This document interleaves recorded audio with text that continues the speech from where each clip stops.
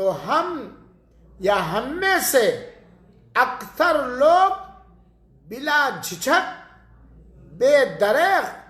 ایسی صفائی کے ساتھ منہ اور چہروں کی رنگت اور سلوٹوں کو ایسے انداز سے بنا کر کے جھوٹ بول دیتے ہیں کہ اگر اس آدمی کا جھوٹ کا پتہ پہلے سے نہ ہو تو اچھے اچھے نباز نفس شناس لوگ دھوکے میں ہو جائیں گے۔ آج چاہے ہمارے گھریلو معاملات ہوں یا ہمارے شادی بیاہ ہوں یا ہماری تجارتیں ہوں یا ہمارا کوئی بھی کام ہو، اکثر کاموں میں بنا کسی شرعی ضرورت کے، بنا کسی شرعی مصلحت کے، بنا کسی جان جانے کے خطرے کے دھڑلے کے ساتھ جھوٹ بول دیتے ہیں اور خواب دیکھ رہے ہیں جنت کا۔ سچ ہی بولو، آپ کا رب بھی سچا، آپ کے نبی بھی سچے، آپ کا قرآن بھی سچا، آپ کا دین بھی سچا۔ اور یاد رکھو، کسی بھی گھر کے اندر، کسی بھی سماج کے اندر، کسی بھی معاملے کے اندر جب سچ جھوٹ پر غالب رہے گا، جب سچ کو فوقیت دی جائے گی، جب سچ کو ترجیح دی جائے گی اور ہم سچ ہی کے عادی ہو جائیں گے تو گھریلو، خاندانی، سماجی، مسلکی، ملی، ملکی، سیاسی بہت ساری پریشانیاں ختم ہو جائیں گی، اور سماج کے اندر جہاں بہت ساری خوبصورتیاں پیدا ہو جائیں گی، وہیں پر بھائی چارگی، میل و محبت، الفت و شیفتگی پیدا ہو جائے گی۔ اکثر معاملات گھروں کے اندر، خاندان کے اندر، گاؤں کے اندر اکثر معاملات بگڑ جاتے ہیں، دیرینہ تعلقات متاثر ہو جاتے ہیں دروغ گوئی کی وجہ سے، جھوٹ بولنے کی وجہ سے، اور جھوٹ بولنے کے ساتھ ساتھ اس پر اللہ کی قسمیں کھانا، یہ قسمیں کھانا، یہ قسمیں کھانا، اپنے جھوٹ کرتے ہیں قسمیں کھا کر کے۔ تو اللہ کے رسول نے جن خصلتوں پر جنت کی ضمانت، جنت میں داخلے کی ضمانت کی ضمانت لی ہے، گارنٹی لے، اس میں سے پہلی خصلت کیا ہے؟ سچ بولو۔ اور آج برا نہ لگے مسلمانوں، ہم 24 گھنٹہ کے اندر اپنے معاملات میں،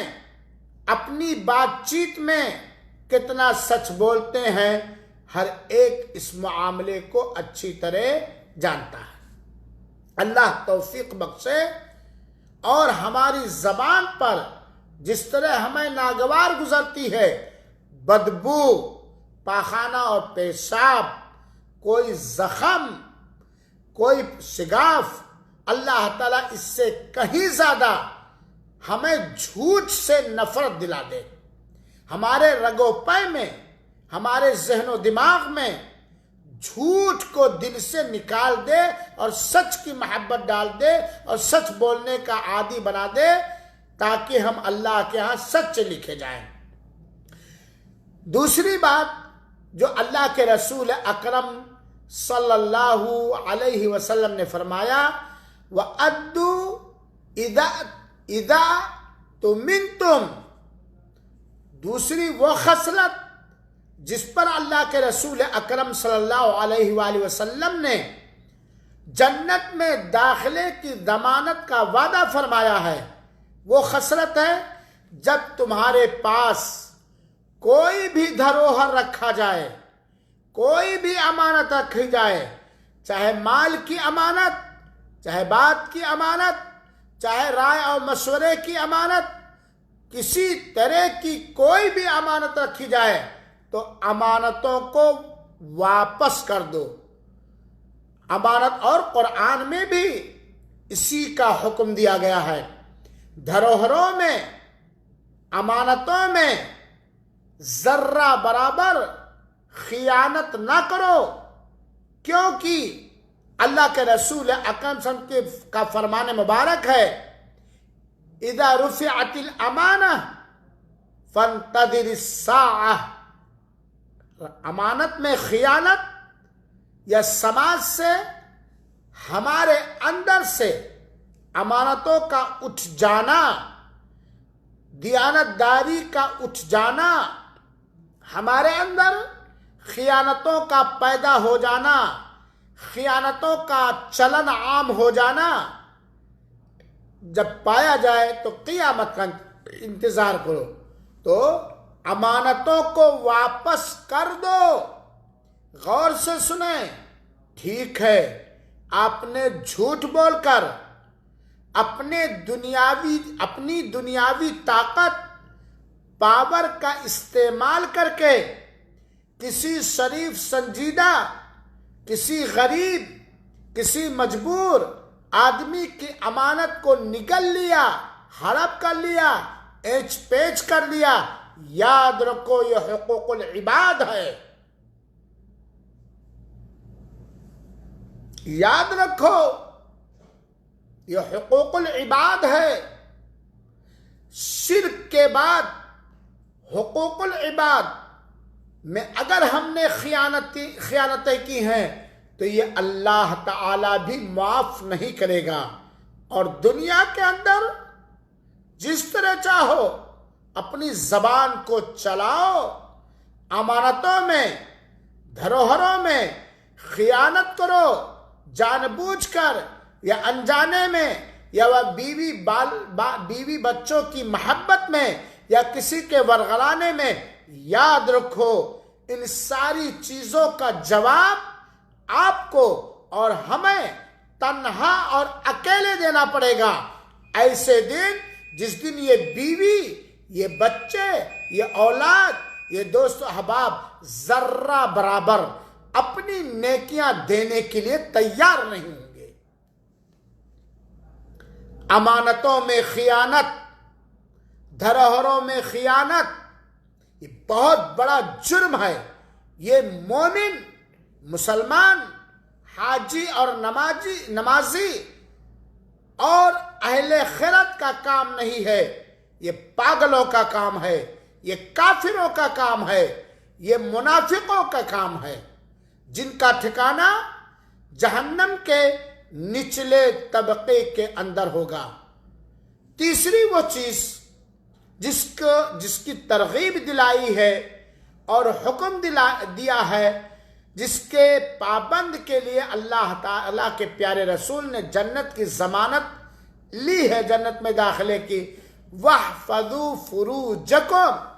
اللہ ہم سب کے گناہوں پر پردے ڈال دے اور معاف فرما دے، اور ہم سب کو توفیق بخش دے کہ اس دن کے آنے سے پہلے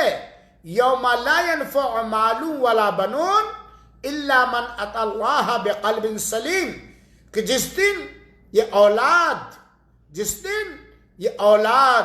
یہ بیویاں، یہ بچیاں، اور جس دن یہ دھن، یہ دولت جسے جھوٹ بول کر کے ہم نے کمایا ہے، جس میں خیانتیں ہم نے کی ہیں، بددیانتیاں ہم نے کی ہیں، یہ اس دن کام نہیں گا سوائے جو قلب سلیم، صحیح سالم دل لے کر کے آئے گا۔ اپنی شرمگاہوں کی حفاظت کرو۔ یہ سارے خطاب چاہے سچائی کے بارے میں ہو، چاہے امانت کی ادا، چاہے شرمگاہوں کی حفاظت کے بارے میں ہو، یہ سارے کے سارے مردوں کو بھی اللہ تعالیٰ، اللہ کے رسول نے دیا ہے، اور عورتوں کو بھی دیا ہے، ہر بالغ مرد اور عورت کو دیا ہے، ہر تمیز کے پہنچانے والے بچوں کو یہ حکم دیا گیا، اپنی شرمگاہوں کی حفاظت کرو۔ اپنی شرمگاہوں کی حفاظت کرو، زناکاری سے، بدکاری سے، چاہے ڈائریکٹ اور چاہے انڈائریکٹ، چاہے خواہشات نفس کے شکار ہو کر کسی ایسے معاملے میں پھنس جاؤ کہ اگر موقع مل جائے تو یہ بدکاری بھی ہو جائے۔ اللہ تعالیٰ توفیق بخشے۔ اپنی شرمگاہوں کی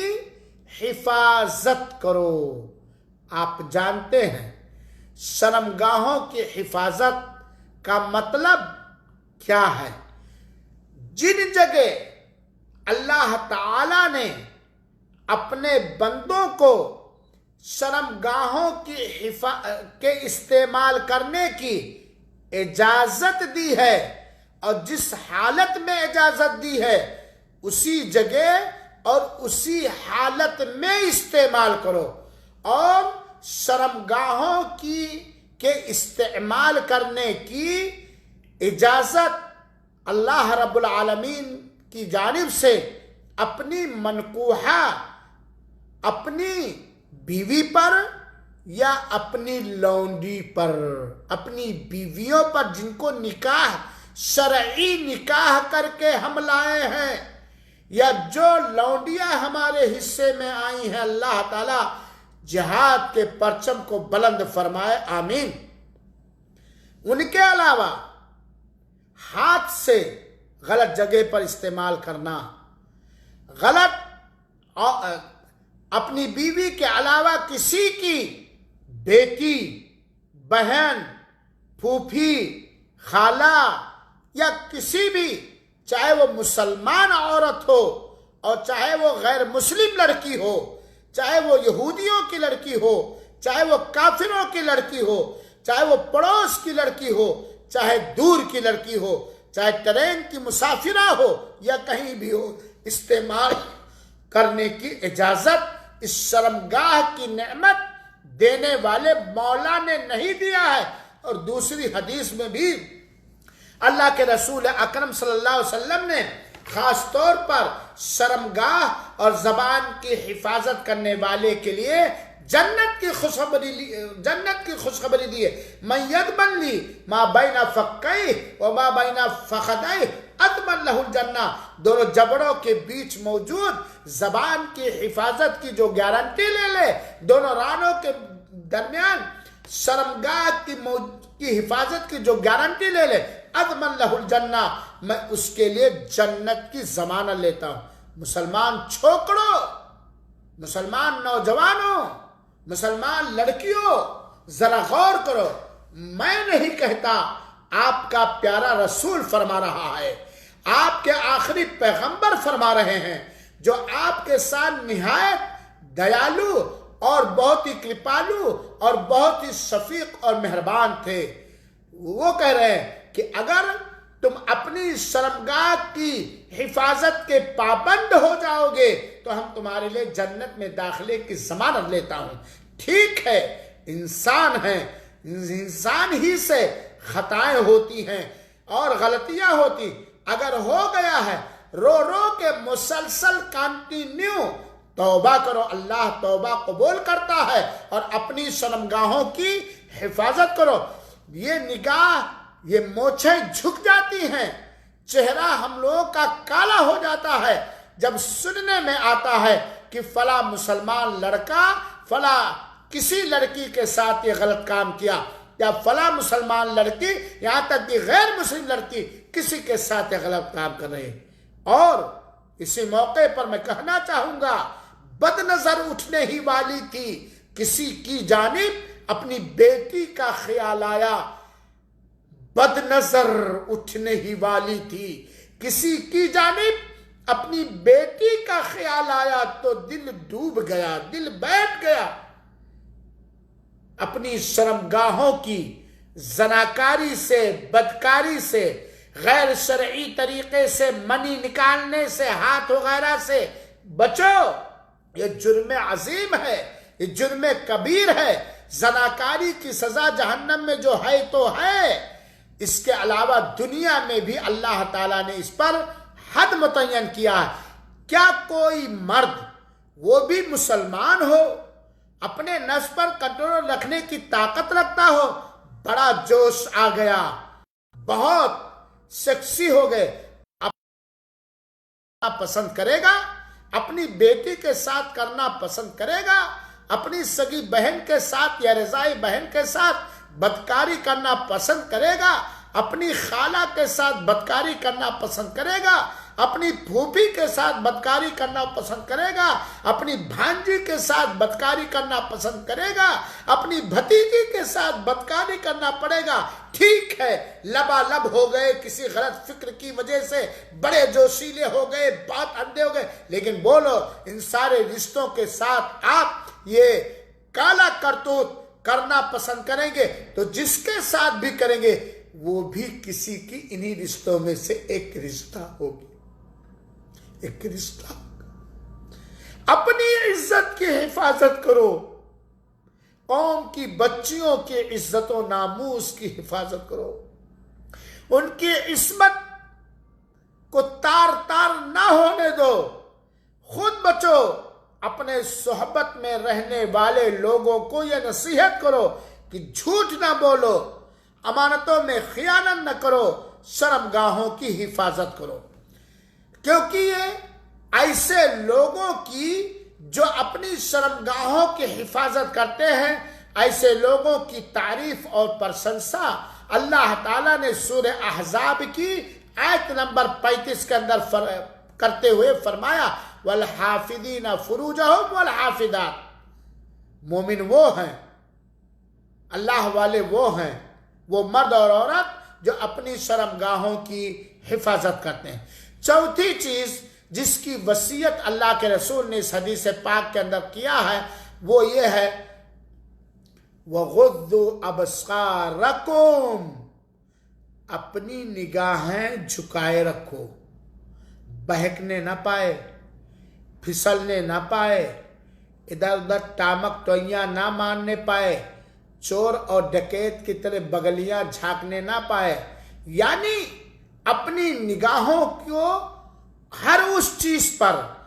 ڈالنے سے روکے رکھو، بریک لگائے رکھو، باندھے رکھو، اور اس کو کیا کہتے ہیں بیڑیاں لگا دو اور ہتکڑیاں لگا دو۔ جو چیز آپ کے اللہ نے جو آپ کا ہمارے رب نے جو ہمارا حساب لے گا، ہمارا حساب و کتاب لے گا، ہمارے عقیدے کے بنیاد پر، ہماری نیکیوں کے بنیاد پر، ہمارے گناہوں سے بچنے کے بنیاد پر جو جنت و جہنم کا فیصلہ فرمائے گا، جن چیزوں کی طرف نگاہ اٹھانا دیکھنا منع کیا ہے ان پر تم اپنی نگاہیں نہ ڈالے کرو، انہیں روک دو۔ اور اللہ کے رسول اکرم صلی اللہ علیہ وسلم نے دوسری جو چیز اللہ کے رسول نے فرمایا وَكُفُّوا أَيْدِيَكُمْ، اپنے ہاتھوں کو روکے رکھو ان تمام چیزوں پر اٹھنے سے بڑھنے سے جس کو شریعت نے حرام قرار دیا ہے۔ چنانچہ کسی کو نہ مارو جس کا مارنا جائز نہیں، اور کسی ایسی چیز کی طرف نگاہ نہ ڈالو جس کی طرف نگاہ ڈالنا جائز نہیں، اپنے ہاتھوں سے ایسی چیز نہ کھاؤ پیو جن کا کھانا اور پینا جائز نہیں۔ جس نے یہ 6 چیزیں کر لیں تو وہ اس کو استقامت کا رتبہ مل گیا، اپنے معاملات میں، اپنے اخلاق میں، اپنے کردار میں، اپنے دیگر امور میں اسے استقامت کا موقع مل گیا، جس استقامت کا حکم اللہ تعالی نے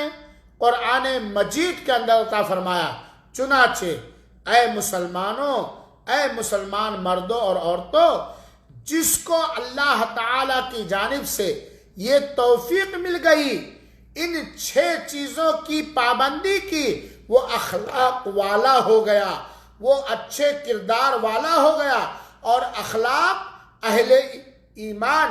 اہل جنت اور مسلمانوں کے اعلیٰ صفات میں سے ایک بہت ہی منزہ، قابل ستائش اور قابل تعریف صفت ہے۔ سامعین کرام، حضرت عبداللہ ابن مسعود رضی اللہ تعالیٰ عنہ اللہ کے رسول اکرم صلی اللہ علیہ وآلہ وسلم سے بیان فرماتے ہیں، اور یہ روایت صحیح بخاری کی حدیث نمبر 6694 اور صحیح مسلم حدیث نمبر 2607 ہے۔ حضرت عبداللہ ابن مسعود رضی اللہ تعالی عنہ فرماتے ہیں کہ اللہ کے رسول اکرم صلی اللہ علیہ وسلم نے فرمایا، ان الصدق یہدی الی البر۔ آپ بھلائی کی طرف جاننا چاہتے ہو، آپ بھلائی کے راستے پر چلنا چاہتے ہو، آپ خیر کے راستے پر چلنا چاہتے ہو تو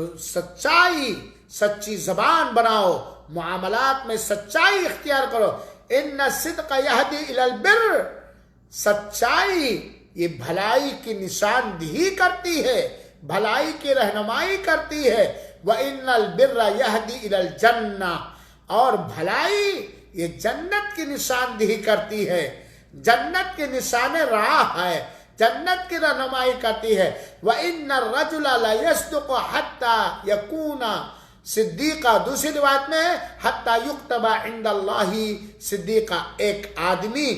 سچ بولنے کا پابند ہے، سچ ہی بولتا ہے، ایسا سچ بولنے کا پابند آدمی اللہ تعالی کے ہاں سچا لکھا جاتا ہے، صدیقین میں اس کا شمار ہوتا ہے، سچ بولنے والوں میں اس کا شمار ہوتا ہے۔ یہ جھوٹ بول کر بال بچوں کی محبت میں، اولاد کی محبت میں، بیویوں کے ورغلانے پر، دوست و احباب کے ورغلانے پر کیا آپ جنت کے راستے کو چھوڑ دیں گے؟ جبکہ من و من مٹی کے اندر یہی آپ کی سسکتی اور بلکتی اولاد، دوست احباب، گاؤں اور متعلقین، رشتہ دار دفن کر کے چلے آئیں گے، اللہ کی قسم دفن کر کے چلے آئیں گے۔ آپ نے خود اپنے سے پہلے لوگوں کے ساتھ یہی ہے، کچھ اپنی نیکی آپ نے دے دی، کچھ ان کا سہیوگ کر لیا آپ نے۔ بڑا ہی احمق ہے وہ انسان جو اپنی جائیداد بنانے کے لیے، اپنے امیج کو برقرار رکھنے کے لیے، اپنی کرسی کی حفاظت کے خاطر، سماج میں اچھے نام سے جاننے کے خاطر جھوٹ بول کر، صفائی کے ساتھ جھوٹ بولے اور معاملات میں گڑبڑیاں کرے۔ اور اللہ کے رسول جھوٹ کے الٹا ضد ہے، جھوٹ کے ضد، سچ کا ضد یہ جھوٹ ہے، جھوٹ۔ امام زہری رحمت اللہ علیہ نے لکھا ہے کہ اگر جھوٹ میرے لیے بولنا جائز ہوتا تو میں نہیں بولتا۔ کیوں؟ کیونکہ یہ جھوٹ فسق و فجور، اللہ کی نافرمانیوں کے راستے ہموار کرتا ہے۔ شیطان کے راستوں میں سے، شیطان کے جالوں میں سے، شیطان کے فراد میں سے، انسان کے ساتھ شیطان کی عداوت اور دشمنیوں میں سے ایک ذریعہ جھوٹ بھی ہے۔ جھوٹ یہ فسق و فجور، اللہ کی نافرمانی کی نشاندہی کرتا ہے، اور اللہ کی نافرمانی جہنم کی راہ دکھاتی ہے۔ یہ فسق و فجور جہنم کی راہ دکھاتے ہیں۔ وَإِنَّ الرَّجُلَ لَيَكْذِبُ، اور انسان اپنے سارے معاملات میں کسی بھی جھانسے میں آ کر، کسی بھی زعم اور گمان میں آ کر کے، اپنے تقوی کا گمان ہے، اپنے حج کا گمان ہے، اپنے مالداری کا گمان ہے، اپنے لاٹھی اور وسائل کا گمان ہے، کسی اپنی طاقت کو کسی گمان میں آ کر، کسی زعم میں آ کر، کسی تکبر میں آ کر وہ جھوٹ بولتا رہتا ہے، برابر جھوٹ ہی بولتا رہتا ہے۔ سامنے والے کی ہمت نہیں ہوتی ہے کہ کچھ کہہ سکے کہ بھائی جان آپ جھوٹ کیوں بول رہے ہو، یہاں تک کہ وہ اللہ تعالیٰ کے ہاں جھوٹا لکھا جاتا ہے، یہاں تک کہ وہ اللہ تعالیٰ جھوٹا لکھا جاتا ہے۔ اور منافقوں کی علامت جہاں بہت ساری ہیں، انہی علامتوں میں سے جھوٹ بولنا بھی منافقوں کی علامت ہے۔ علماء کرام نے اس حدیث کی شرح میں فرمایا ہے کہ اس حدیث کے اندر اللہ کے رسول اکرم صلی اللہ علیہ وآلہ وسلم نے اس بات کی ترغیب دلائی ہے، شوق دلایا، ابھارا ہے کہ تلاش کرو کس چیز کو؟ جھوٹ کو نہیں، سچائی کو تلاش کرو۔ وہی ہمارا مقصد ہو اور اسی کا ہم خیال رکھیں، اور اس حدیث کے اندر سستی اور لاپرواہی میں بھی، ہنسی مذاق میں بھی، کسی کو آزمانے کے لیے بھی جھوٹ سے بچا جائے، الا یہ کہ شریعت نے جہاں جھوٹ بولنے کی اجازت دی ہے، کوئی جھوٹ کی مصلحت غالب ہو، سچ کی مصلحت، جیسے کسی کی جان بچانا ہے، کسی کو آزمانا ہے، ہاں، اور اس طرح کی چیزیں، بیوی سے کو پٹانے کے لیے، منانے کے لیے، اس طرح کی چیزیں، تو بنا شریعت کے اجازت کے جھوٹ مت بولو کرو، کیونکہ آج اکثر لوگ ایک دو زخم نہیں، ایک دو زخم نہیں، سارا بدن ہے چھلنی، درد بیچارہ پریشان ہے، کدھر سے نکلے؟ آج سماج کے اندر، میں ان لوگوں کی بات نہیں کرتا، برا نہ لگے، جو بے نمازی ہیں، جو لاپرواہ ہیں، جو ضدی ہٹ دھرم ہیں، میں ان لوگوں کی بات نہیں کرتا، میں سماج کے سنجیدہ لوگوں کی بات کرتا ہوں، جو دیکھنے میں لگتا ہے کہ ہر نیک کام میں آگے رہنے کی کوشش کرتے ہیں، چاہے وہ صدقہ کا معاملہ ہو،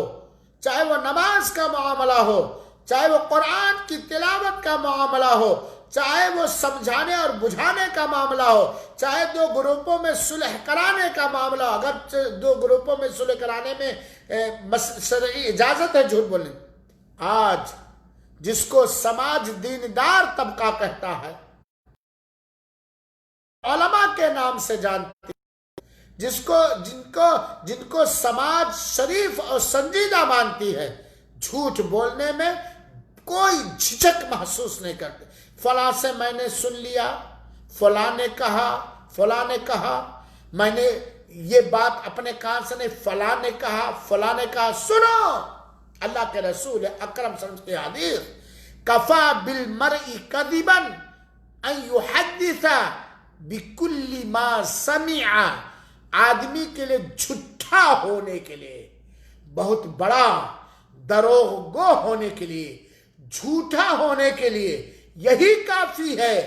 کہ جو کچھ بھی سنے بنا تحقیق کے، بنا چھان بین کے، بنا کھنگالے ہوئے، بنا کریدے ہوئے سنا بیان کرنے لگا، سوشل میڈیا پر، اپنی تحریروں میں بڑے بڑے علماء کا یہ داستان ہے میرے بھائیوں، بس سن لیا، بیجا تعریف، بیجا اعتراضات، بیجا تہمتیں، بیجا عزت ریزیاں، بیجا عصمت دری، یہ اکثر جھوٹ پر، سنی ہوئی بات پر، اور وہی بات جناب جی اگر آپ کے بارے میں اگرچہ سچائی کے ساتھ آپ کے اندر وہی عادت پائی جائے اور کہہ دیا جائے آپ کو، تو آپ کے بس میں جتنی طاقت، آپ کے طاقت میں جتنا کچھ ہے، سب میرے ساتھ کر گزریں گے۔ کیوں جھوٹ بولتے ہیں؟ کیونکہ میرے بھائیوں، سچ بولنے والا صدیقین کا رتبہ پائے گا، سچ بولنے والا صدیقین کا ثواب پائے گا، اور جھوٹ بولنے والوں کے عذاب اور منافق کے عذاب کو پائے گا۔ چنانچہ میرے بھائیوں ساتھیوں، یہ 6 چیزیں ہیں جن کا پابند اللہ توفیق دے، انشاءاللہ العزیز اللہ کے رسول کے وعدے کے مطابق وہ جنت میں داخل ہوگا۔ کیا چیز؟ جب بولو، نمبر 1 جب بولو تو سچ بولو، اور وعدہ کو پورا کرو۔ چھٹی چیز، وعدہ کو پورا کرو، الا یہ کہ وہاں کوئی شرعی ضرورت ہے، وعدہ کو پورا کرو۔ وعدہ خلافی یا منافقوں کی عادت ہے، ہمارے رسول نے اپنے وعدوں کو پورا کیا ہے اور وہاں شرعی مصلحتوں کا خیال رکھا گیا ہے۔ آج بہت سارے لوگ یہ بات کہتے ہیں، میں آج ہی کی بات کہنا چاہتا ہوں، اللہ مجھے استقامت دین پر عطا فرمائے۔ ٹھیک ہے، آپ نے کسی سے زمین بیچنے کا وعدہ کیا، لیکن وہ فراڈی نکلا، وہ مکار نکلا، وہ من میں آن بغل میں چھری رکھنے والا نکلا، اوپر سے مسکراتا چہرہ اور پیٹھ پر چھری گھونپنے والا نکلا۔ اگر آپ کو ایسے یقین کے ساتھ خطرات موجود ہیں تو ایسی جگہوں پر کہیں آناکانی کر سکتے ہیں۔ وعدہ پورا کرو، امانتوں میں خیانت نہ کرو،